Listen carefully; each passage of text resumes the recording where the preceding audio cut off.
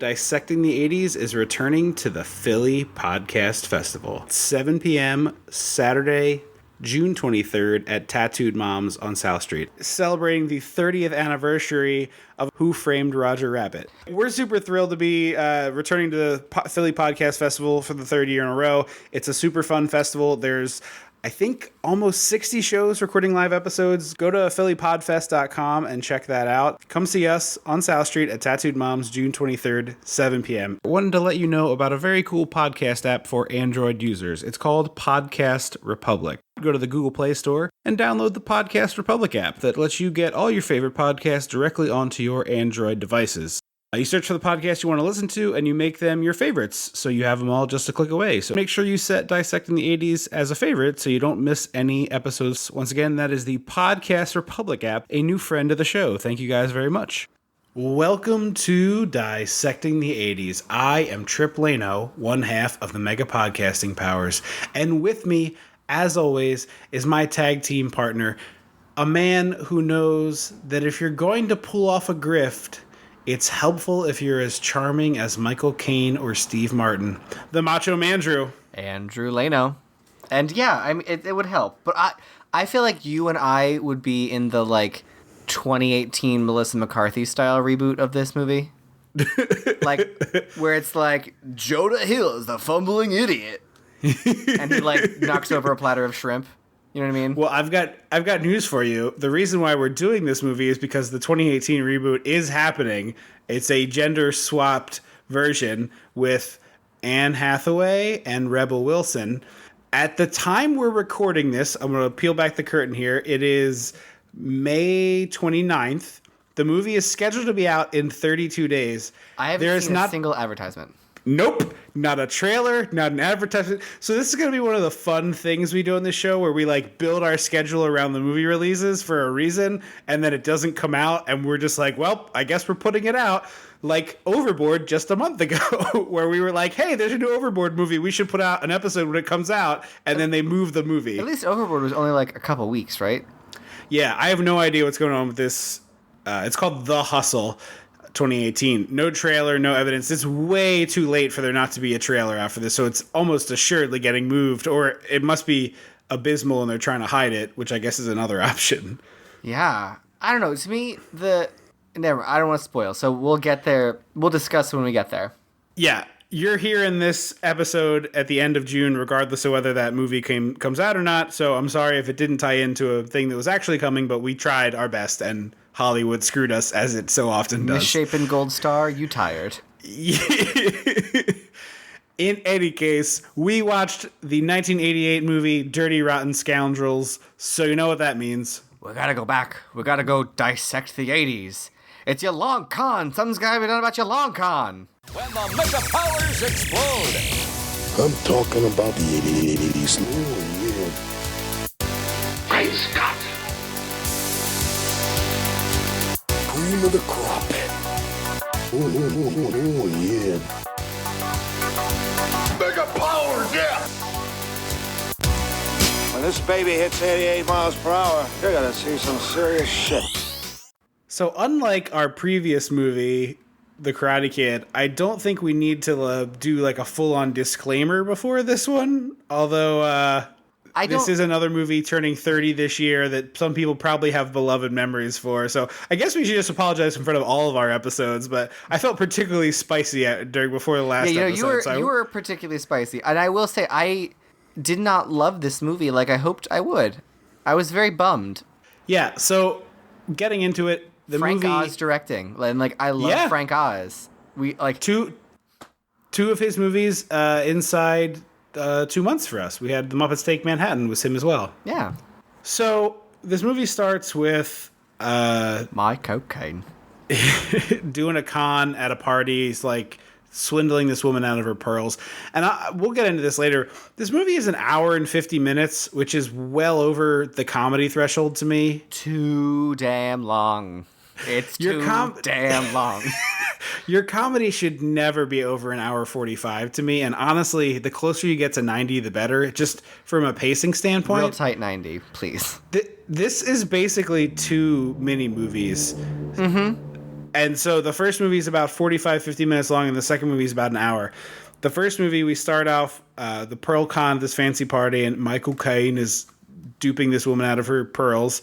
And then we get this very 1940s feeling ritzy score over the credits. And it is the worst opening credits I've ever seen because it is a static shot of the French really Riviera and literally 90 seconds of credits. Yes. And I was like, we're not going to like show people on the Riviera or show people gambling. Like there's a lot you can show me right now that isn't one boat in a harbor and a wall. Especially because like they go to the poker table. This movie spends a lot of time at a casino, by the way. The same casino set is used multiple times in this movie.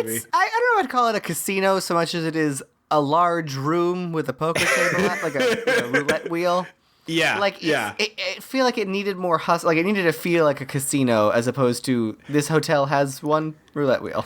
So I got the impression it was supposed to be like a very exclusive casino type situation. Okay. Like it's only for the super rich, and Michael Caine is able to get in there because of his police chief friend is like wiggling him in, past the guest list. Yeah. It felt very much like people are going to get upset, but one of the James Bond Daniel Craig movies opens with Casino poker, I think. Royale? Yeah, there it is. That's the obvious answer, isn't it? Skyfall. The casino movie. The casino one, the one that has casino in it. Anyway, he plays like some high stakes cards and stuff, and it felt like that to me, where it's like it's this secluded, exclusive, high stakes. The chips blah blah blah represent blah. people, not money. I don't know if it goes that far. I hope not, but it's this very Monte Carlo-esque feel, that like vintagey Monte Carlo real Monte feel. Carlo. He pretends to be a prince. And from a struggling country, so that this woman will give him her jewels and diamonds, and he has to. Michael Caine is so charming. Just, I found his mustache in this movie incredibly upsetting. It needed to be a little fuller.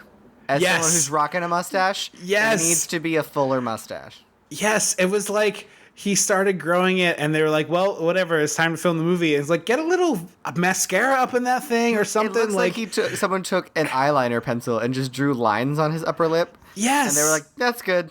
It's like a 15-year-old boy's mustache. Like, it's just not good. And I've seen Michael Caine with a mustache, I'm pretty sure, and it's fine. Like, I don't know what this mustache is about, but it's not his best work. What it should have been a fake mustache when he's conning, and no mustache when he's not conning. Yeah, that would have been good too. I would have been fine with that. But he is so charming, and like I would be swindled by Michael Caine. I would too. I feel like the movie today would have to be like exclusively emails and phone calls to old people and being like, I just found a picture of Michael Caine with a mustache. For Michael Caine. Very good mustache. Very good mustache. This movie is just a bad. You know what that looks like? That looks like Willy Wonka, like 30 years after the movie. Yes. Like he's into weird liquors now, not chocolate. Right? It's a still from.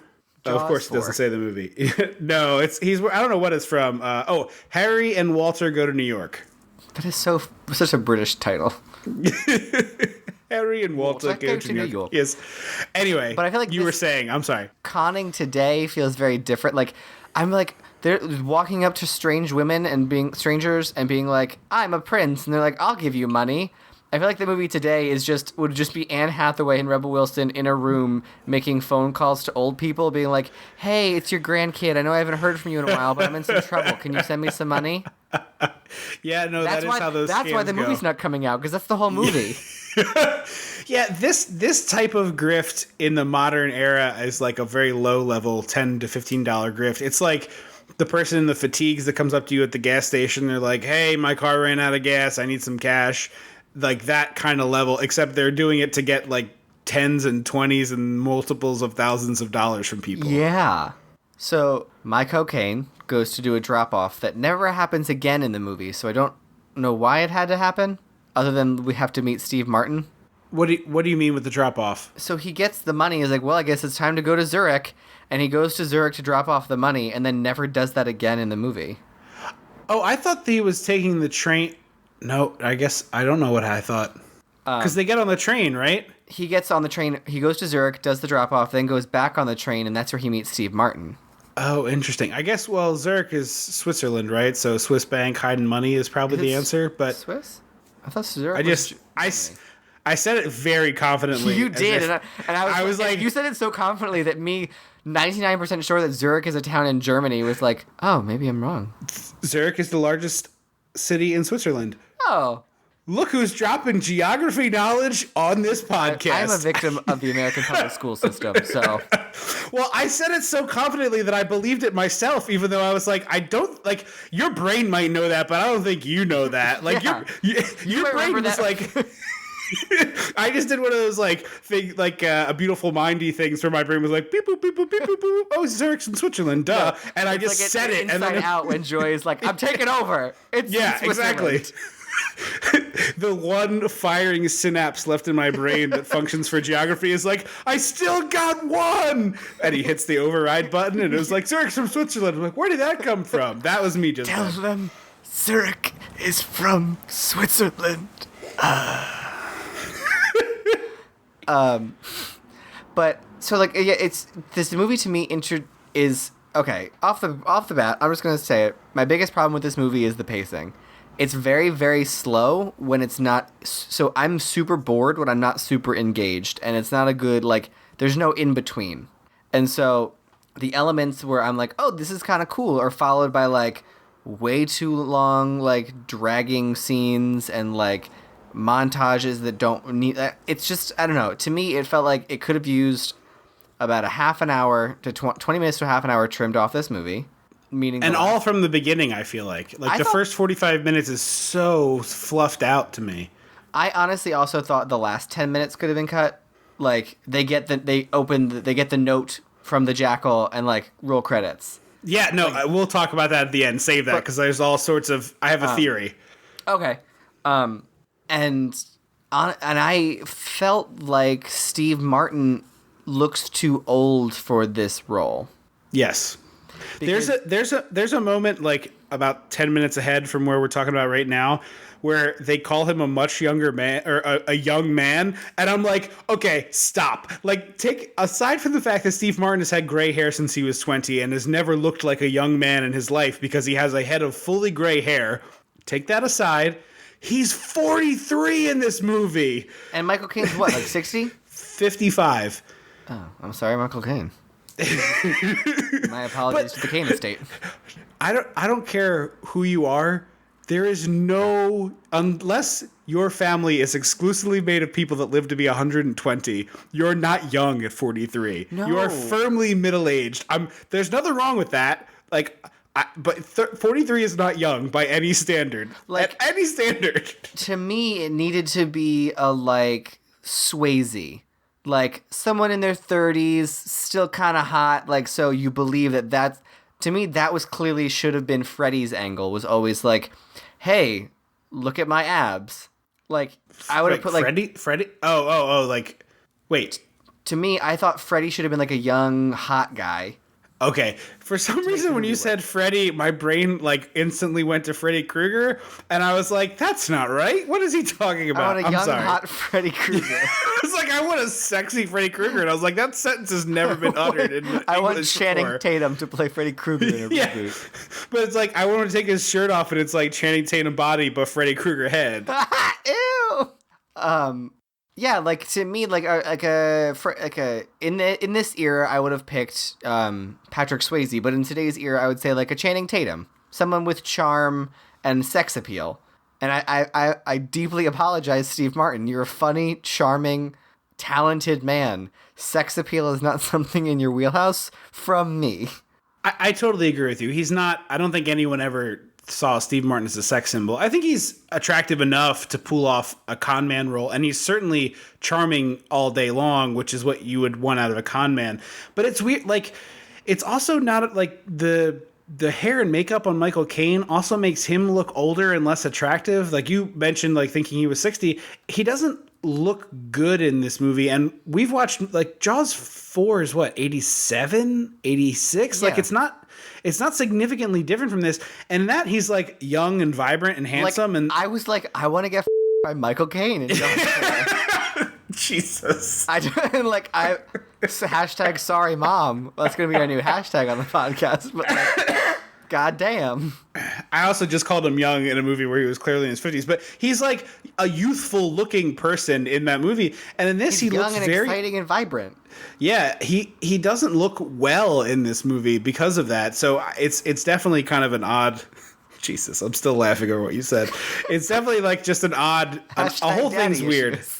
So on the train, he meets Steve Martin, who is also a con man, and Steve Martin does a low level con where he sits down to dinner with this woman and then is like, oh my God, I can't afford to eat here. And he tells this sob story about his grandmother needing medical bill help and that he's saving his money for that. And so this woman's like, well, I'll buy you dinner. And he immediately pulls over the waiter and orders like, $1,000 worth of food on this train. Yeah.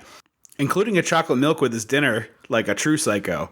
Yeah, that's how you know. And Michael Caine, they keep cutting to Michael Caine. I'm going to call him Mike Cocaine. They keep cutting to Mike Cocaine, like looking at him being like, I know your game. I'm studying you. Because, like, Khan recognizes Khan, apparently. Yeah, and then they end up in the same compartment, and they're doing the back and forth. And this section of the movie is like 20 to 30 minutes long, where they're sort of adversaries for each other, and then they end up kind of begrudgingly working together, and then they're kind of against each other again. And I just feel like this movie is much more interesting if they get on the same team on this train and go from there. See, to me, what I thought it should have been was cut this woman scene and make it he sits down with Michael Caine and tries to swindle him. Perfect. And then like this whole, because then the train compartment scene can happen here in the lunch compartment, and it can be, even if it ends with them still adversaries and Michael Caine being like, oh, you should definitely not go to Beaumont-sur-Mer. Like, definitely don't go there. That's garbage for you. Yeah, because that's what ends up happening. Michael Caine tells him not to go to the place that he's going. Then he sneaks away and makes a phone call and has this very attractive woman come on and say she's going to Portofino, Italy, and that's where Michael Caine was trying to convince Steve Martin to go. But I just think this would have been much more interesting if you had an even better idea of like, okay, they sit down across the table from each other and quickly Grift recognizes Grift and like, oh, we're both this thing.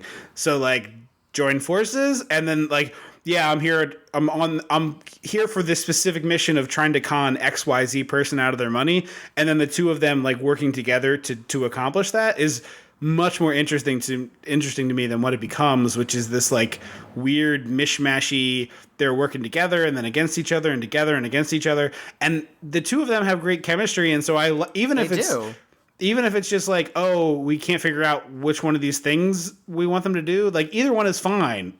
Like the movie is fine either way. It could even have been that, Steve Martin sits down and like starts to do the routine of like, oh, I can't afford anything on this menu at these prices, but I'm trying to do, get surgery for and like Michael Caine could have cut him off and been like, you're trying to get surgery for your grandmother, so you can't afford meals.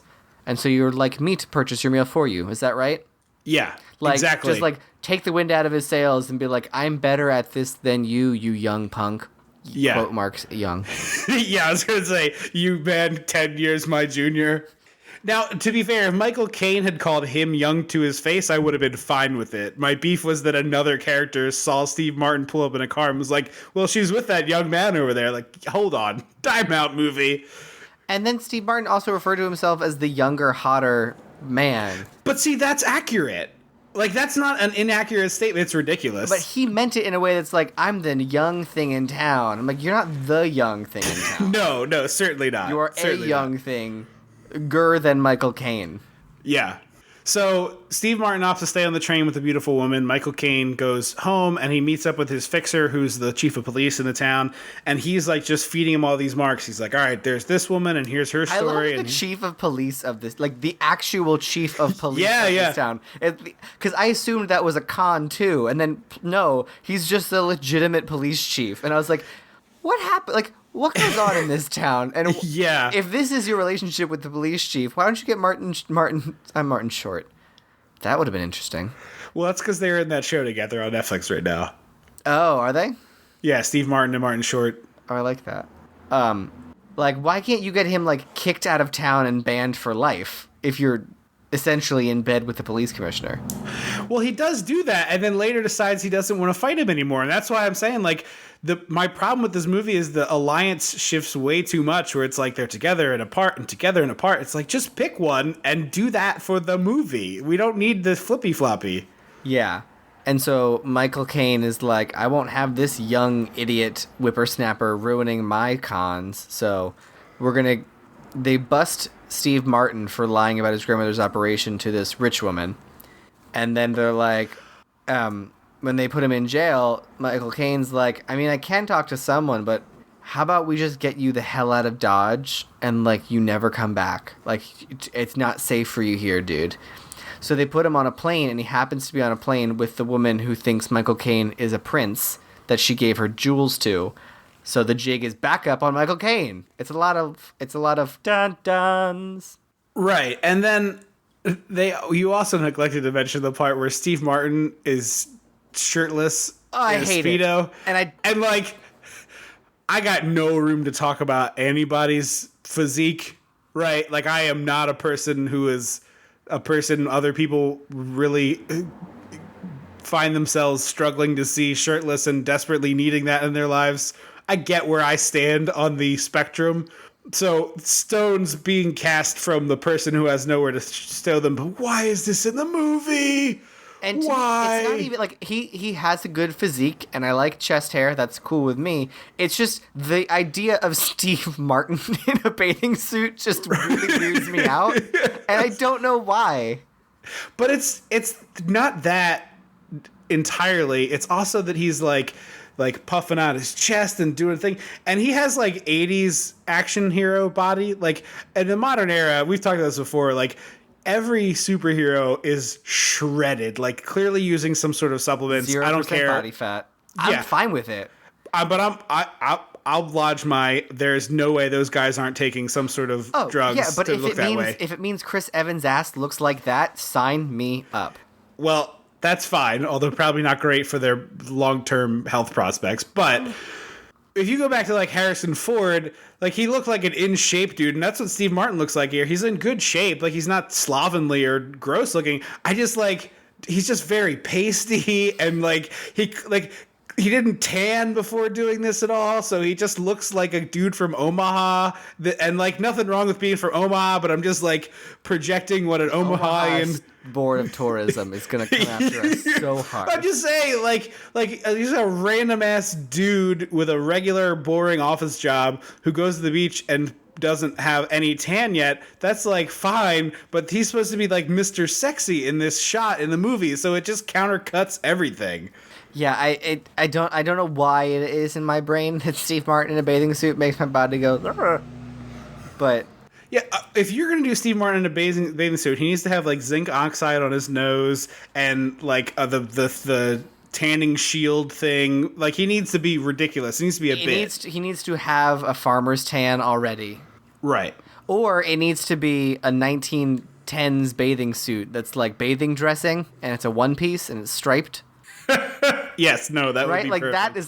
That's a Steve Martin bathing suit. Yeah. I would be here for him in a bathing costume.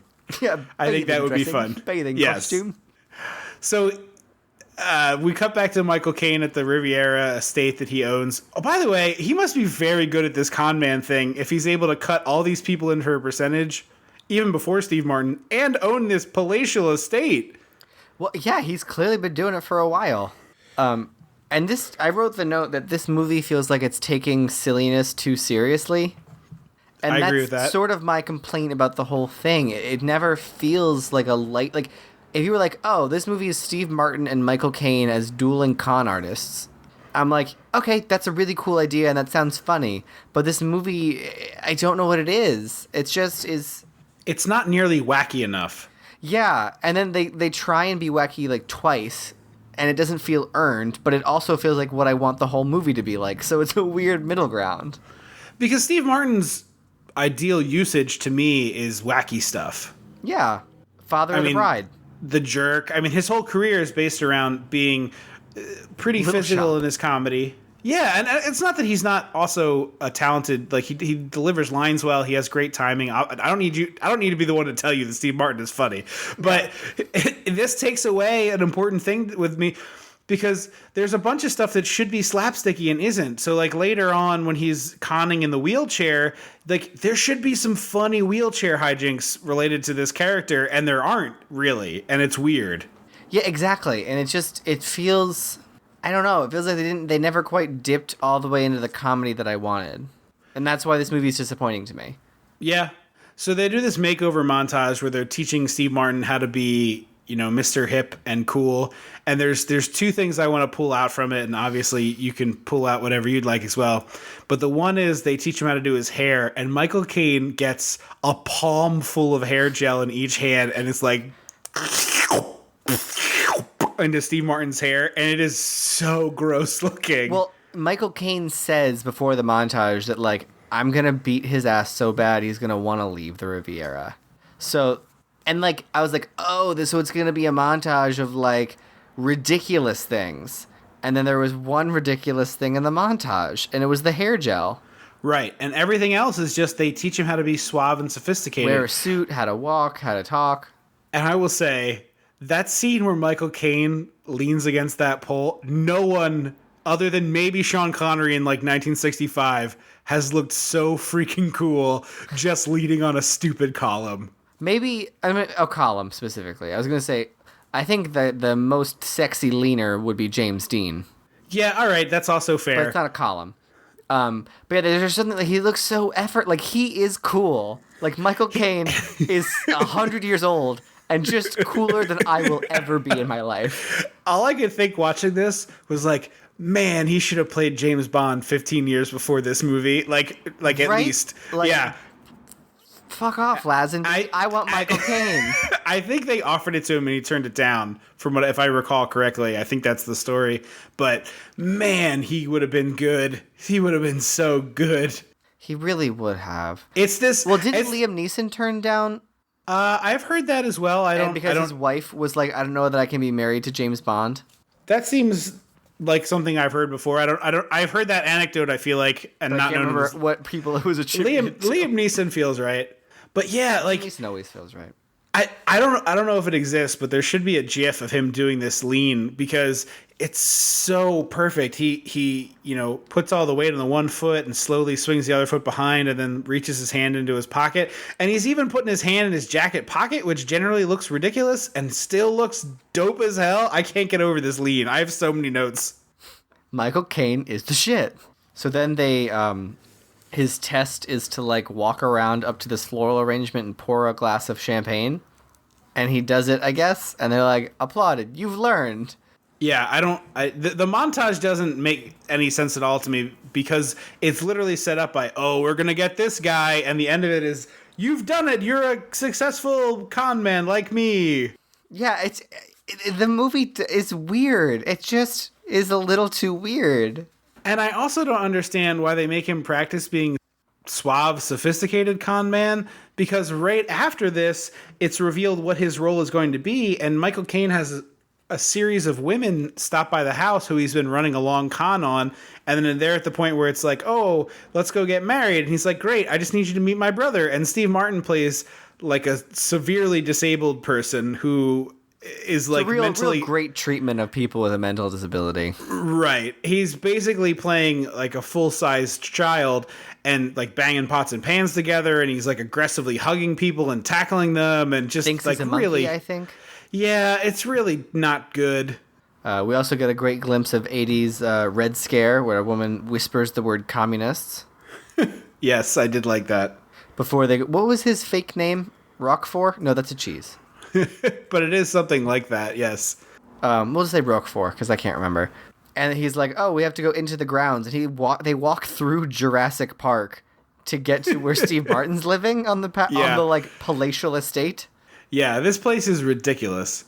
And then he's grifting this one woman, and then it switches to grifting another woman when they're at the dinner table. Frances and Steve Conroy. Oh yeah.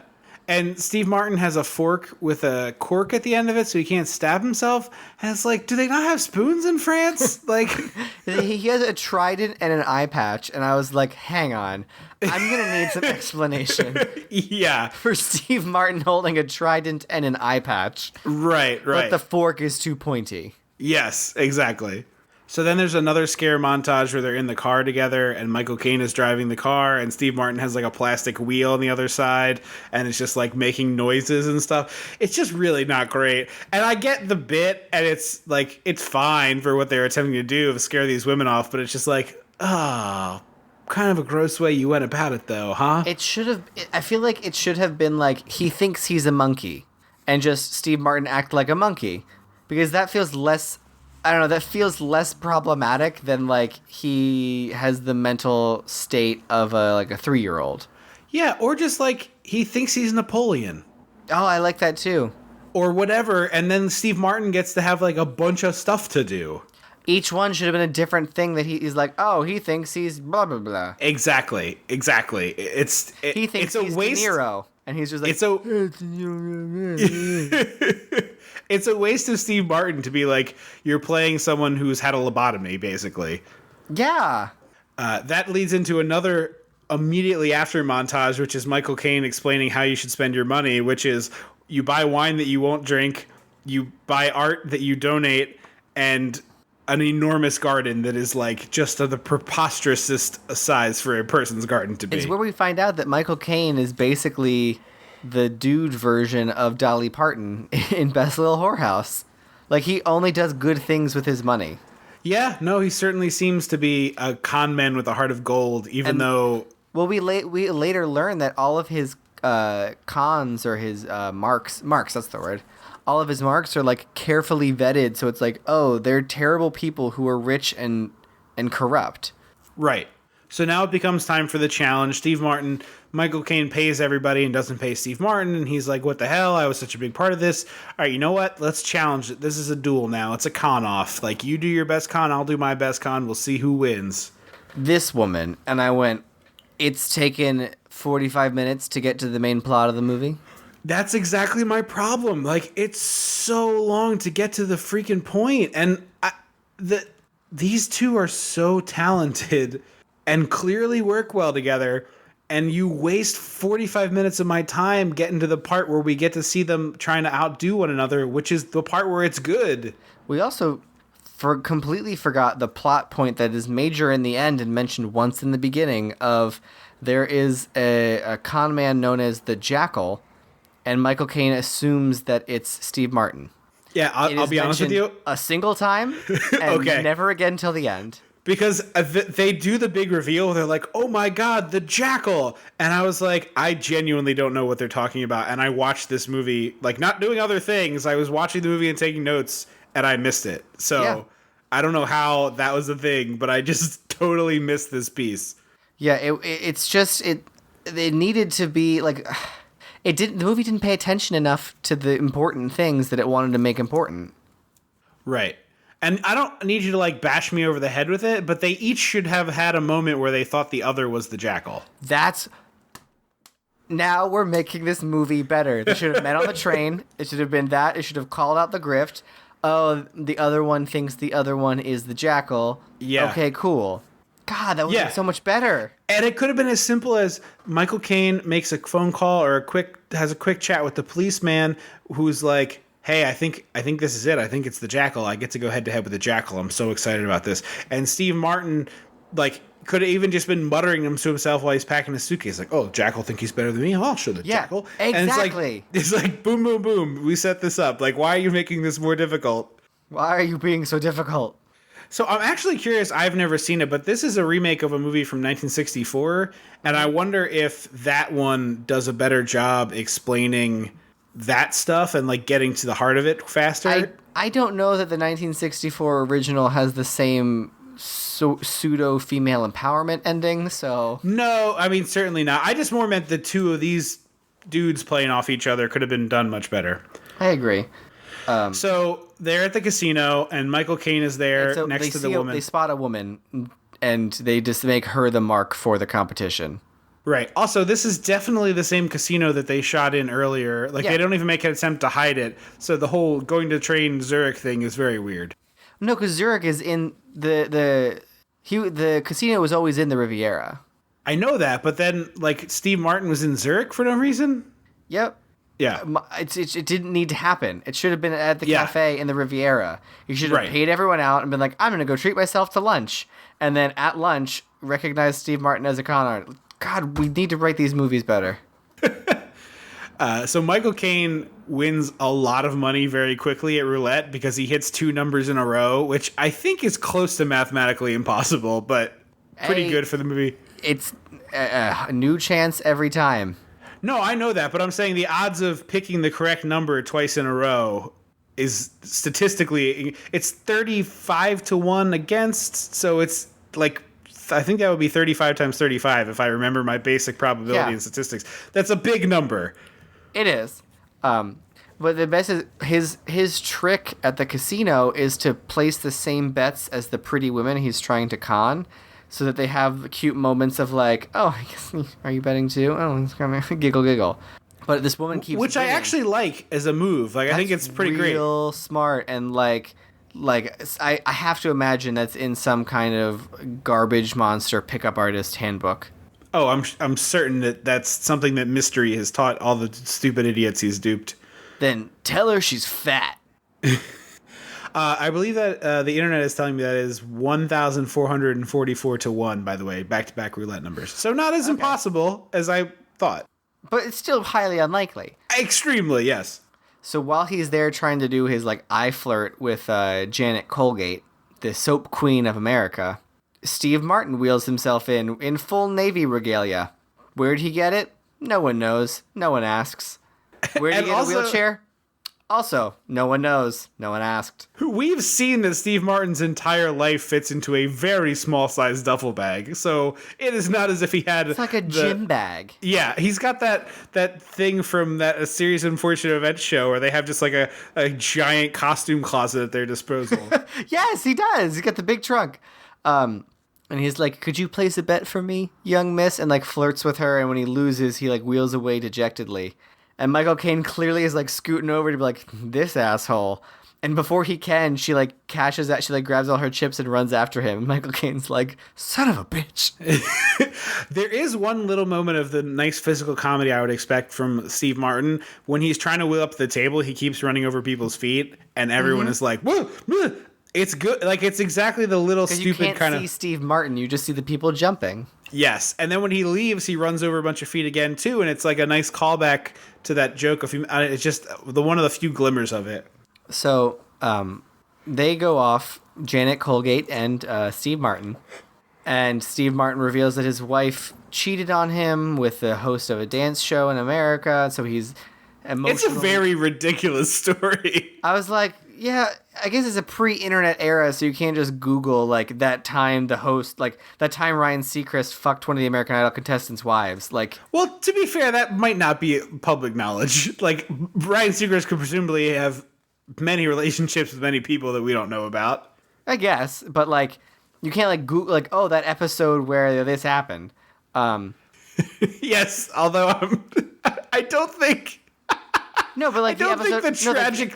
I meant where he won. I didn't mean where Okay, they boned. okay. Because I was like, I'm pretty sure Steve Martin implied they went home together, not that they had sex during the television program taping. No, because he says, like, we won the show, and then we got separated, and after we got separated, she boned the host. And I was like, but, like, shouldn't everyone know who, like, theoretically, I mean, that's, granted, as I'm speaking this, I couldn't tell you who won American Idol after Kelly Clarkson? And I think she was season 2, or 1. I think Carrie Underwood was 1 too, maybe. Yeah? Ruben stuttered, Clay Aiken. No, wait, Ruben won? No, he lost. Did He Clay lost win? to Clay Aiken. Yeah, I think. we We also have go. that old guy who does Broadway now. Oh, He Alan has Steve something. Martin hair. Yeah, No, I thought it was like Taylor. Oh, you know what? It is Taylor. I lied. It's Taylor not Alan Hicks. at all. Taylor Hicks. Yeah. There we go. We saw an idol person on Broadway. She was lovely, but like I was about to be like, you would know who won, and I was like, I don't know anyone. Who won Yeah, I American think Idol, you're so. giving some people would know. Some Yeah. people right now are furiously tweeting at our inconsistencies with American Idol winner knowledge. She was not the first winner of American Idol. That title goes to. Save your breath, nerds. Side note, we're very mean to people who spend like a lot of time out of their lives to listen to us yammer on about bullshit. Just for the record, I know. just making it clear that we just acknowledge the Appreciate you situation. listening, It's but like, don't tweet, don't at me about who won American Idol because I don't care. I just want to point it out. There's like someone might be a little miffed out there. Last episode we came for the milk drinkers. Got And so no one many said angry. anything. They're too busy drinking their milk and being mucusy. So many tweets from the dairy farmer board. The Got Milk campaign people canceled our ad campaign. Yeah, they were coming for us. So he tells her the story, and then he sees people dancing and starts like. Here's another prime example. He sees people dancing and starts wailing and screaming, and it's very. Is it Eddie Murphy in Coming to America where he screams "Why" on his knees? Yeah, no, isn't that Trading Places? Yeah. Like it feels like like Trading Places. This movie should have been like Trading Places, where like it's heightened and shticky, but Yeah. also like there's a story through line that makes sense. But also it gets much more interesting when the two people work together. Yes, just like this movie should have been more like Trading Places. That's what I just said. I was agreeing with you. I was just agreeing. And so he like wails about how these people are dancing and he can't look at them because it upsets him because he's emotionally paralyzed, not physically paralyzed. Which is a very interesting way they get around the solvability of this problem of him in a wheelchair. Yeah, just knock the wheelchair over and watch him get up. Right. Side note, don't do that to people in wheelchairs. They're probably not lying about it. They're almost assuredly not lying They're about 99% it. I not would like lying to about it. revise. They are unlikely to be lying about it. Yeah, 99% not lying. And so we see the police inspector writing notes, and I guess he made up a doctor because he was like, oh, Nell Schuffhausen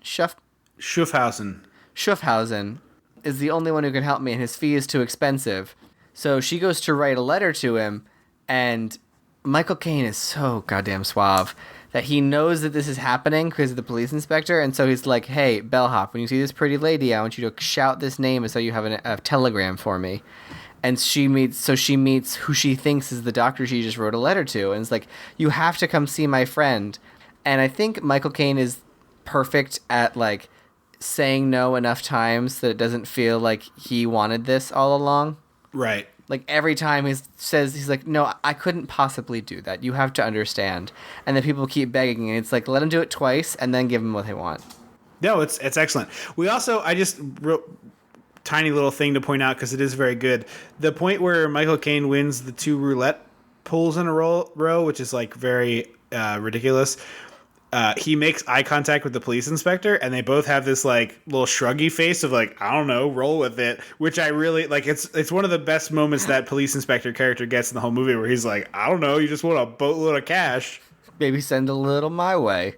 Maybe donate to the Brotherhood of Fraternal Police or whatever it's called. For a Exactly. calendar. We also haven't mentioned that Janet Colgate is Glenna Headley. Is that how you say it? I think so. She unfortunately died last year. I didn't know that. I saw that too, because I'm lame. I know her from a Lindsay Lohan movie, like from 15 years ago.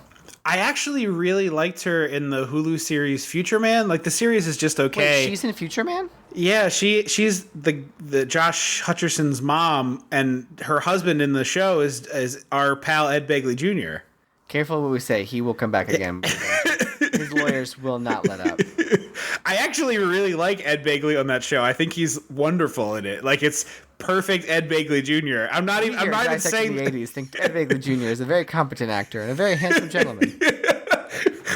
What you can't see at home is the gunman in my in my room. The red dot on my forehead. Yeah, exactly. No, genuinely, no bullshit. He's very good on that show. I think he's really good. Like, I think, as we said before, Ed Begley Jr. has talented in a narrow window, and this show is perfectly in that wheelhouse. I was gonna say I don't think I want to see Ed Begley Jr. playing like, King Lear, but I kind of want to see Ed Begley Jr. play King Lear. I wouldn't be mad about that.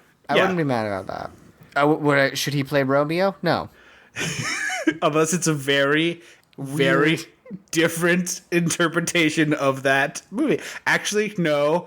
I'm totally here for, like, everyone else in the cast is age appropriate except Ed Begley Jr., and nobody acknowledges it. No, because Juliet is 16. Okay, well, we gotta make Juliet an adult.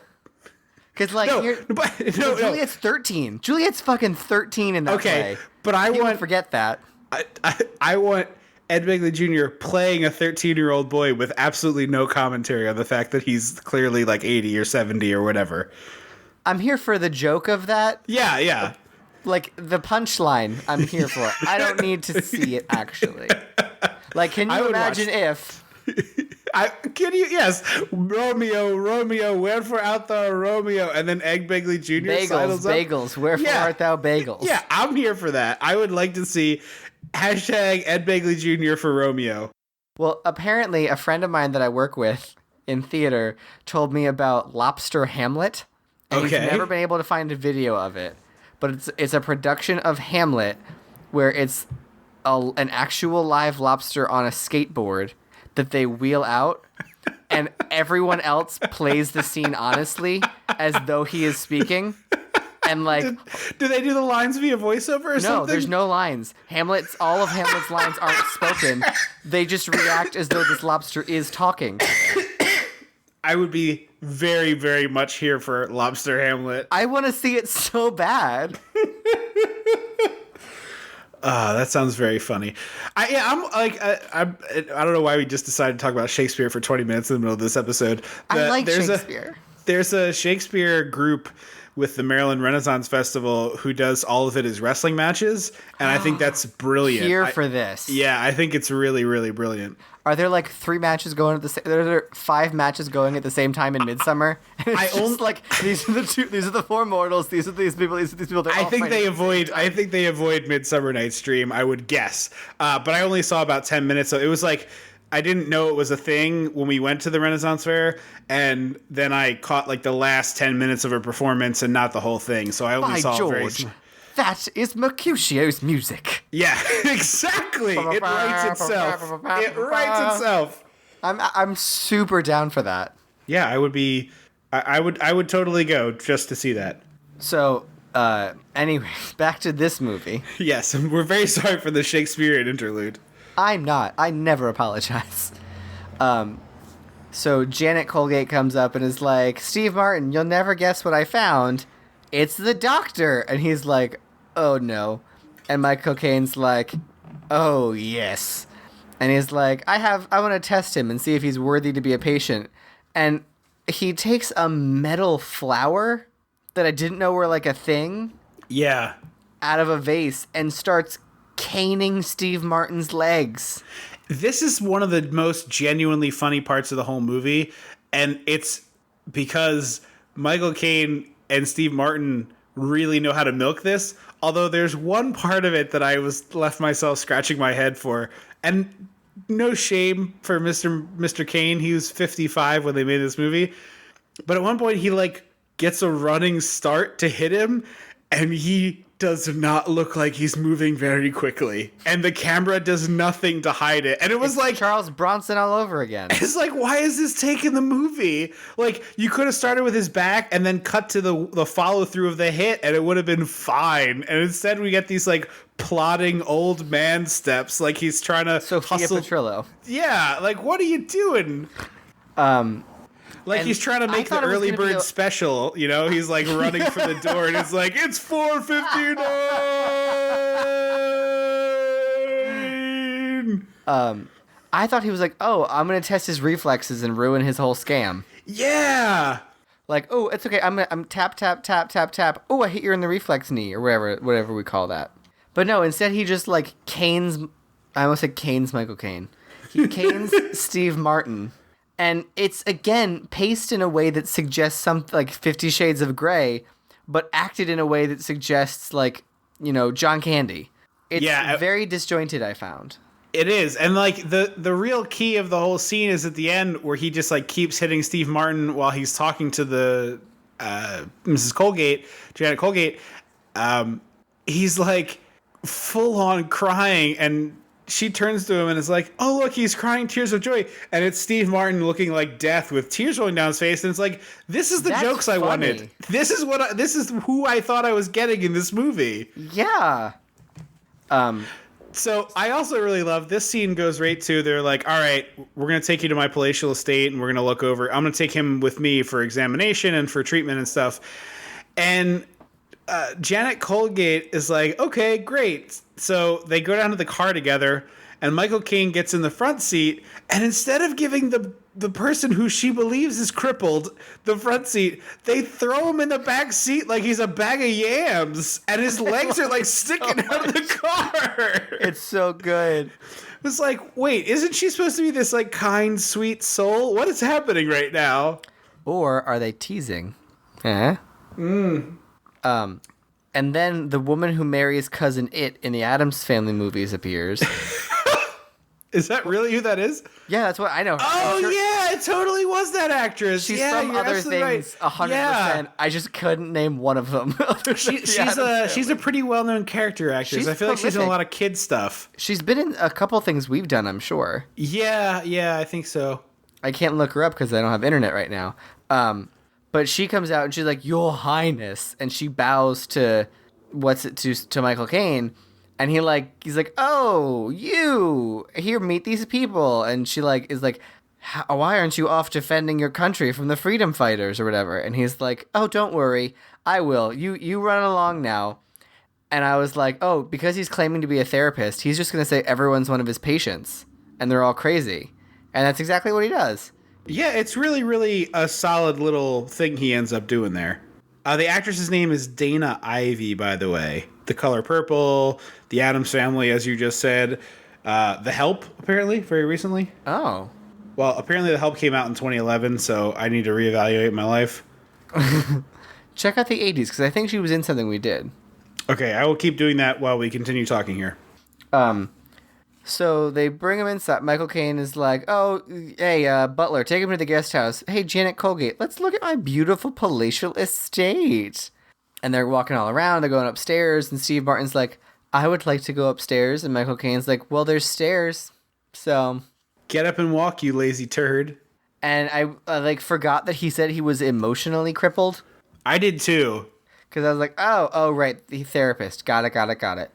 And she's like, "Are you sure that's kind?" And he's like, oh, he's also doing a German accent at this point. Michael Caine is the man of 1,000 accents in this movie. He's like, we have to pretend, I have to make him see the light of day. So they go upstairs to a music room and start dancing. And Steve Martin opens the door. He's army crawled his way there. Whatever happened to Baby Jane. This is the best so scene in the good. whole movie. It's so good. And Michael Caine literally just walks over and shuts the door in his face, and he's like, he'll learn better this way. And meanwhile, Steve Martin is in the hallway making whale sounds like it's so funny. I got a very legit laugh from this scene. This sequence is very good. I guess Janet Colgate came back the next day, and she and Michael Caine are having breakfast for some reason when the butler comes in with a letter from Steve Martin that's like, "I'm going to end it all. Please make sure that my grandmother gets my insurance money." And then Janet's horrified, and they look around and they see him just dejectedly wheeling himself around the pool. Yes. Like a sad Charlie Brown. And he goes over to this staircase and he looks at it and he's like, "Oh boy." And he throws himself down the staircase, and when he makes the corner, he just gets up and starts running down the stairs, screaming, carrying his wheelchair. Yeah, it's very good. But I thought we were going to get your favorite... I swear, Goldberg. I can't believe I'm making this reference and not you. But yes, I thought we were going to get Goldberg down the stairs like Mighty Ducks 2 of whoa! It's been a long time since I made that reference. I've been too busy making She's All That references. Like I totally was expecting this. I was expecting this to be very big and broad, and wasn't really that. No, because But I do. It feels unearned, but also it feels like what I want the movie to be. So it's at a weird middle spot. Right. I also really like the bit where he's like crawling in the sand as he's gonna like crawl to his drowning death. He's like one of those turtles, those baby turtles that get born.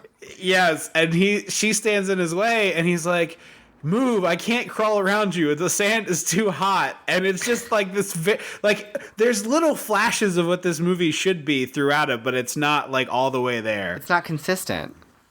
So he like pours his heart out to Glenna Headley, and is like, "I'll never kiss anyone again.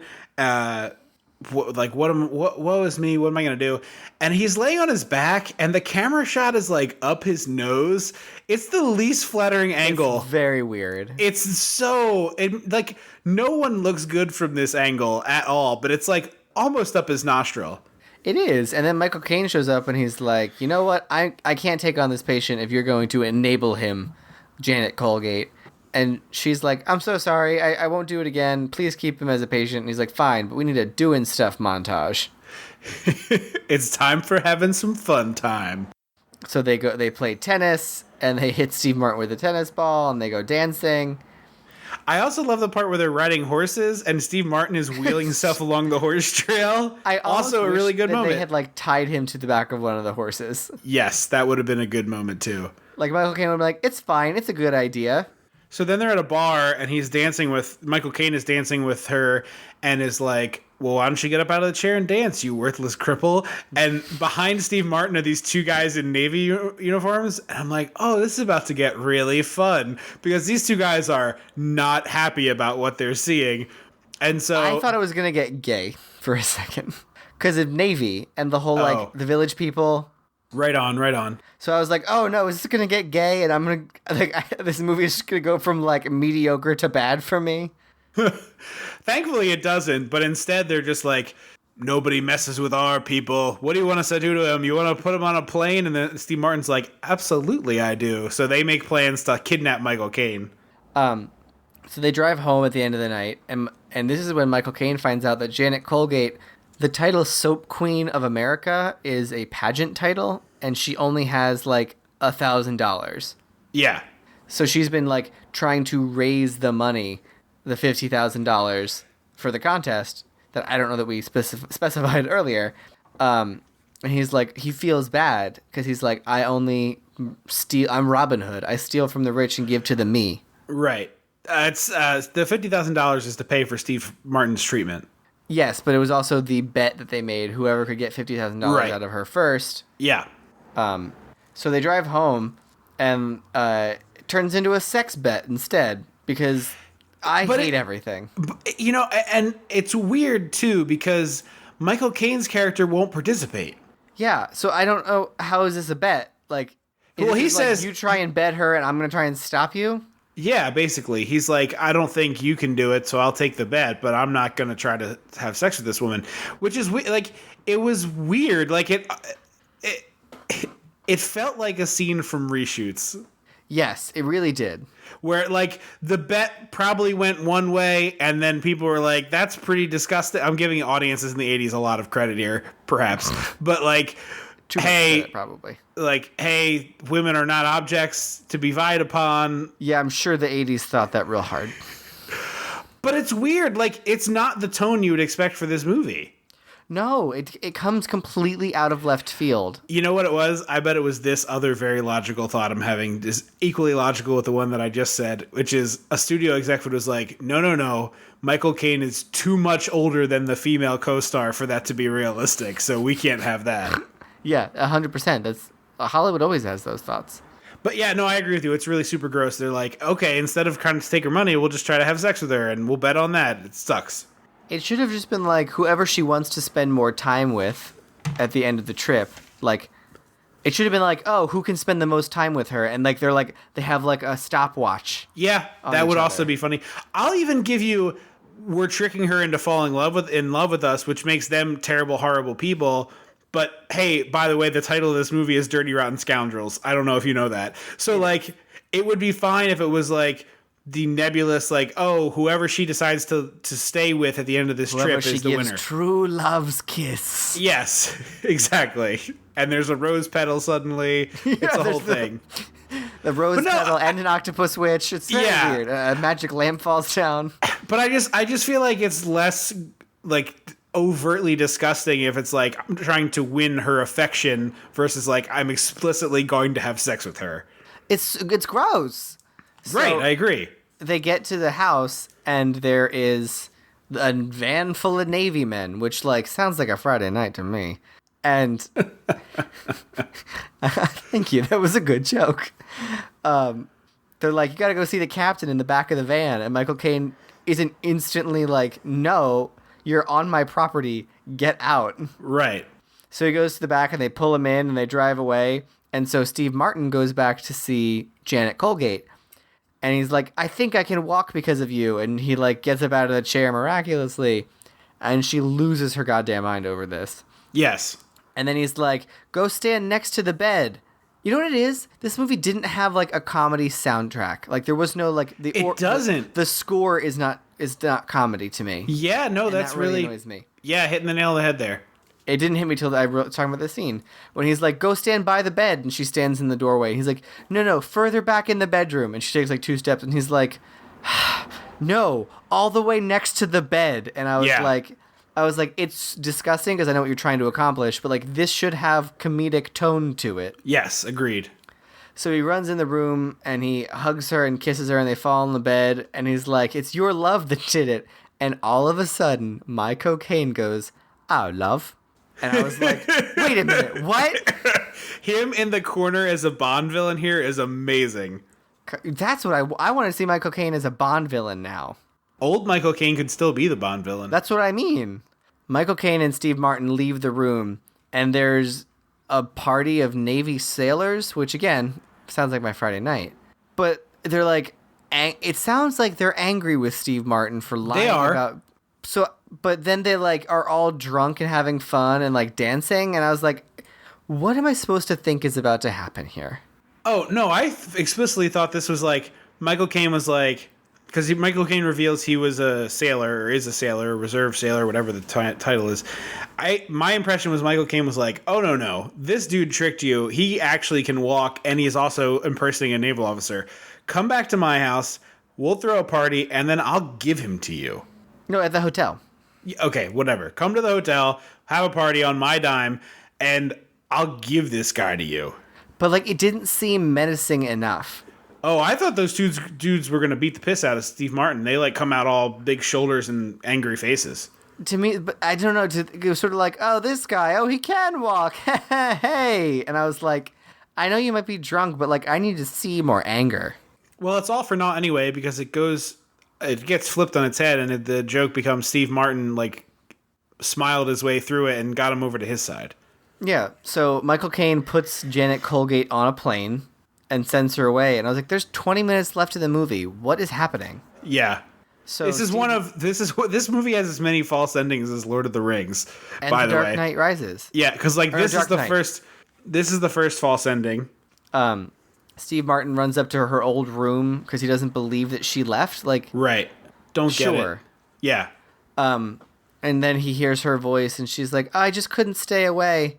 Because Michael Caine told her, hey, I know he's walking, but in order to keep him walking, you have to stay away from him because he's still very fragile. He's playing a therapist, so he can say whatever he wants, and everyone will believe him. But she runs back, she's like, I just couldn't stay away. I just couldn't. I'm so sorry. And then she's like, oh, I'm a virgin or whatever, so can you turn off the lights and close the blinds? And then we cut to Michael Caine swimming in his pool. Michael Caine in a bathing suit doesn't weird me out. It's yeah, but he's also I think if it was Steve Martin in the pool, it would be fine. It's That's the true. particular way it's on the beach that stinks in the other part. So the police commissioner calls Michael Caine and is like, hey, Janet Colgate went back to the hotel and she's with Steve Martin because he never left the hotel. And Michael Caine's like, well, F my life, right? So I guess Steve Martin's going to come back to brag that he boned Janet Colgate. And cut to Janet Colgate running in tears because he stole all her money. So did you have a theory at this point in the movie? I read Wikipedia. Okay, because when she came in here, I was like, oh, this is a con with Steve Martin. He's gotten her in on the thing. He's going to basically have been like, look, this is false pretenses. I actually have feelings for you. Here's how we can get a bunch of money out of Michael Caine. And then they like are working together, which is what I thought this was. Because Michael Caine, because Michael Caine immediately is like, oh my God, here's $50,000. I'm so sorry this happened to you. Like, you don't deserve this. Let's go. I'm taking you to the airport right now. So they go to the airport and she's got a bag full of cash and is like, I can't take this. You have to take it. I can't take this. She like gets on the plane, runs back out, hands him the bag, and is like, this doesn't belong to me. I can't take it. And then she gets on the plane. You've given me something so much better. Yes. And runs away. Yes. At which point I was like, assuredly, this is not $50,000 in this bag. But then a cop car pulls up with Steve Martin in a bathrobe and handcuffs, and he's like running after the plane, like, don't let her get away. She has my stuff. And Michael Caine's like, what? She just gave me back $50,000. And Steve Martin's like, I bet you she didn't, buddy. And they open the briefcase, and it's got Steve Martin's clothes in it. Right. And beautiful stationery from the Jackal. That's like, it's been fun, boys. XOXO, the Jackal. Yeah.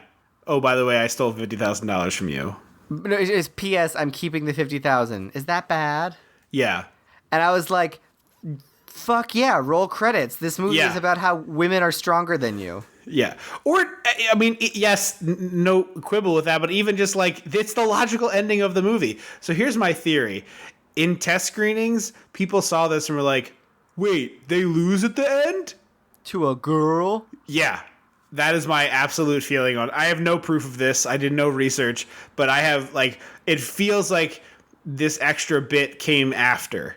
Yeah, I believe that. Because it cuts to a week later, and Steve Martin's like, well, I'm going to head out. Thanks for letting me stay a week to like get my stuff together. There's a crazy line in this section that I have to point out here because I think we've talked about this on the show before. And that is, you put your DVDs in a DVD player, you put your Blu-rays in a Blu-ray player, but when you had VHS tapes, you put them in a VCR, or I guess a VCP if you had a VCR that didn't do recording, a video cassette player. I've never, ever, in anything I've ever watched, and I've looked this up before because it's confusing to me, seen something from the 80s or 90s that calls it a VHS player, and that's what Steve Martin calls it in this movie. Oh, I didn't even catch that. That's crazy. And it's only because I have a weird brain, and that's like, I've had this conversation with people before of like, in the modern era, people call it a VHS player because it's like, we've replaced it as a product, and so you're using the same naming convention as we do for a thing that we actually use.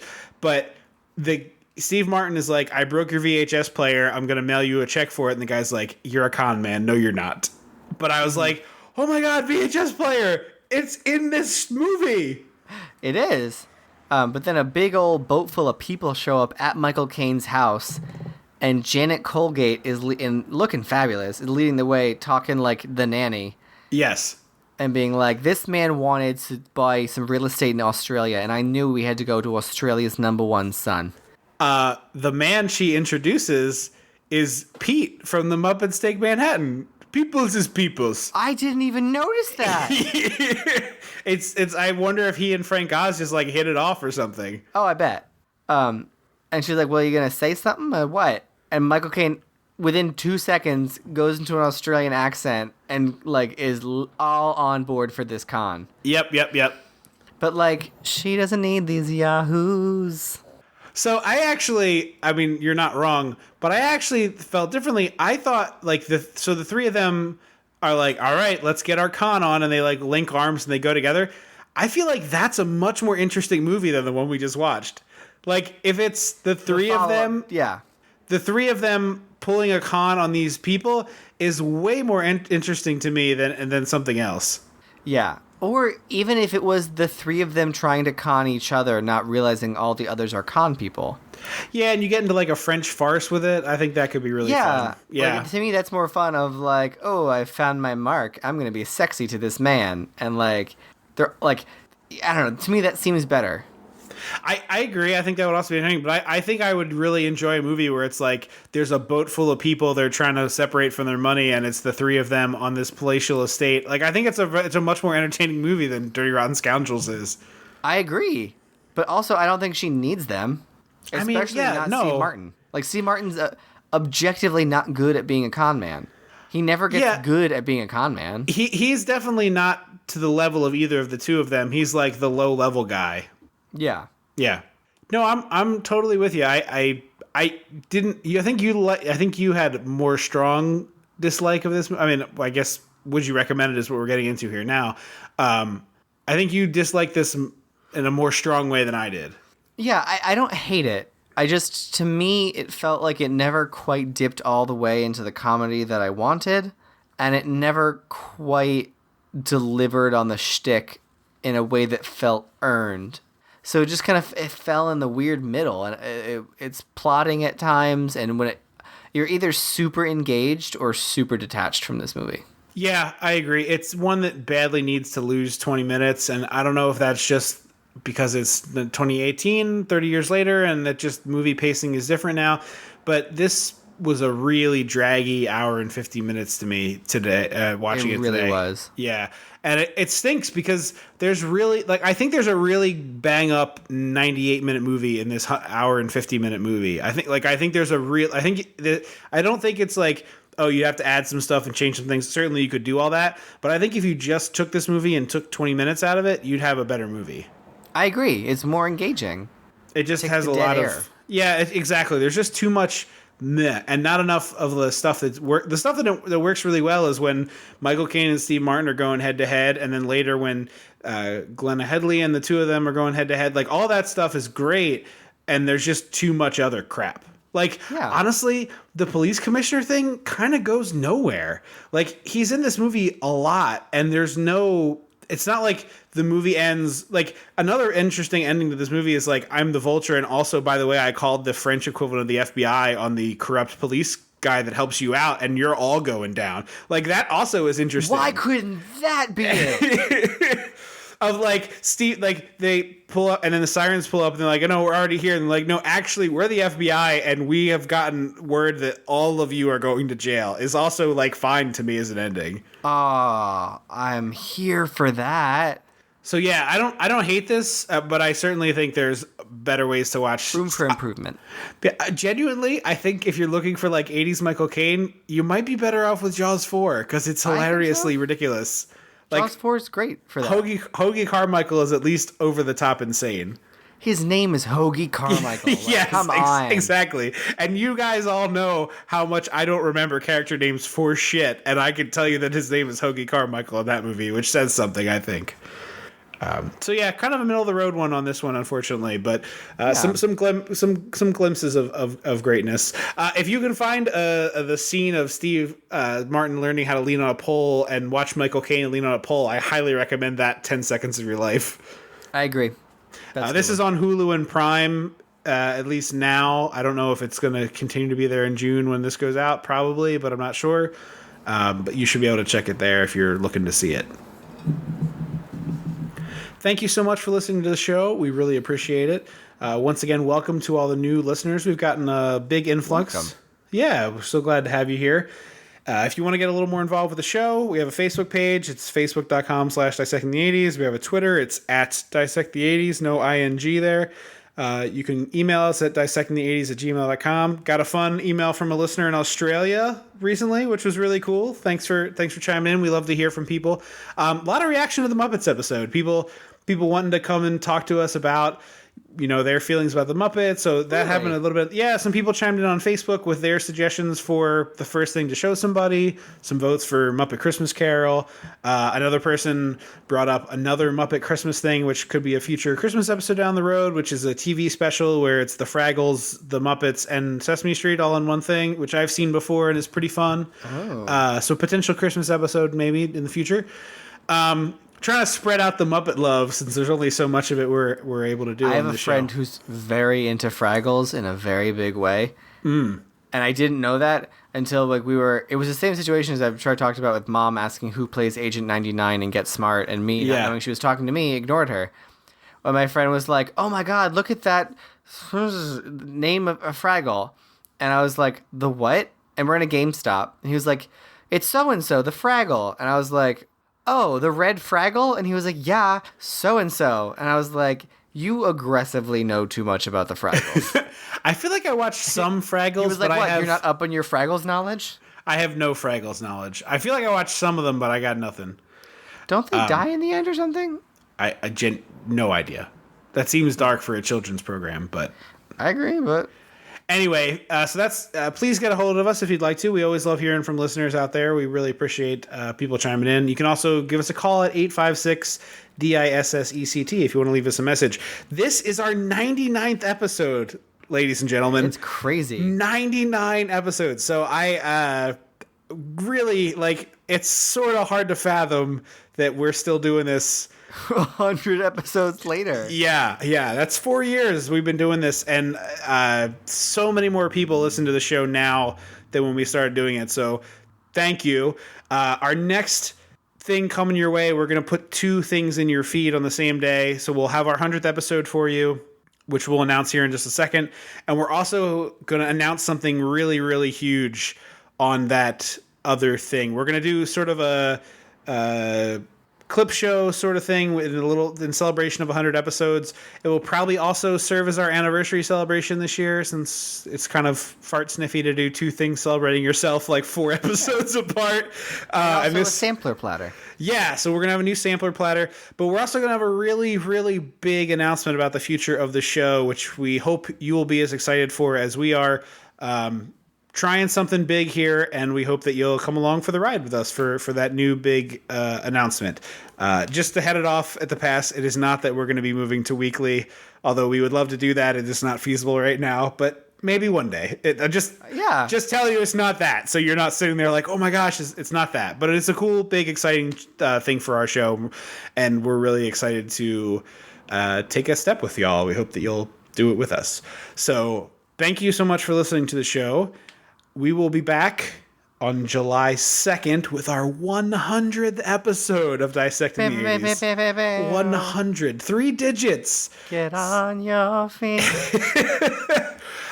Yes, we will be back July 2nd with our 100th episode on The Goonies. Once again, thank you so much for listening to the show. I have been Trip Leno. I will always be Andrew Leno. Until July 2nd. Don't you forget about me.